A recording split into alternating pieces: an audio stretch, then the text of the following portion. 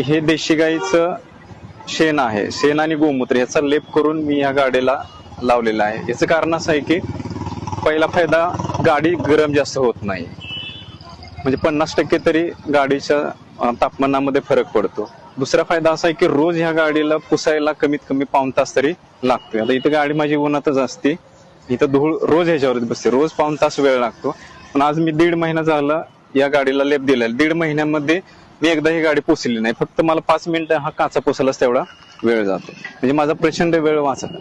तिसरी गोष्ट काय झाली की ह्याच्यावरती कोणतेही डाग वगैरे पडत नाहीत, काही नाहीत. चौथी गोष्ट की देशी गाईचं गोबर हे पवित्र असल्यामुळं त्याच्यामध्ये सकारात्मक ऊर्जा आहे, त्याच्यामुळं गाडी चालवताना सजगता राहते आणि त्याच्यामुळे ऍक्सिडेंट पण होत नाही.